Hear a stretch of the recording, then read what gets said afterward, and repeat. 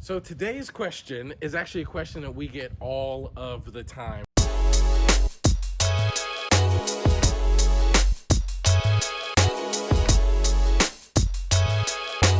People ask, so does solution-focused brief therapy work with people who are struggling with trauma or complex trauma?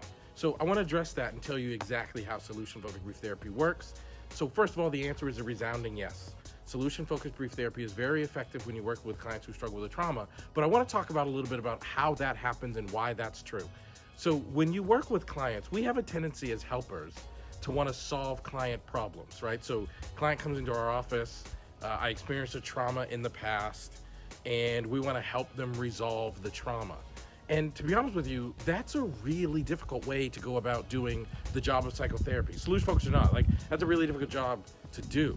What we do as solution focused therapists is it's not so much about the trauma. The therapy is almost never about the trauma.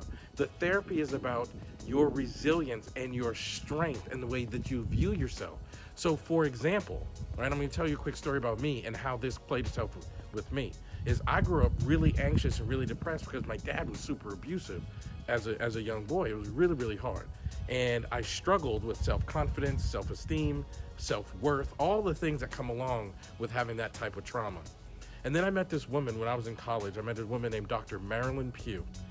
Dr. Pugh was someone who believed in me from like the earliest days of knowing me as a student. And Dr. Pugh used to say to me that she believed I could become something. And then eventually what started going on in my head is, I wonder what's different about me that makes someone like Dr. Pugh believe in my ability to be successful academically.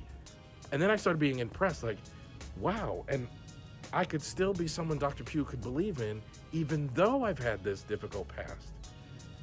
Wow, and so all of a sudden I start thinking of myself in these positive ways, and it completely transformed my life. I'm 43 years old. That happened more than 25 years ago.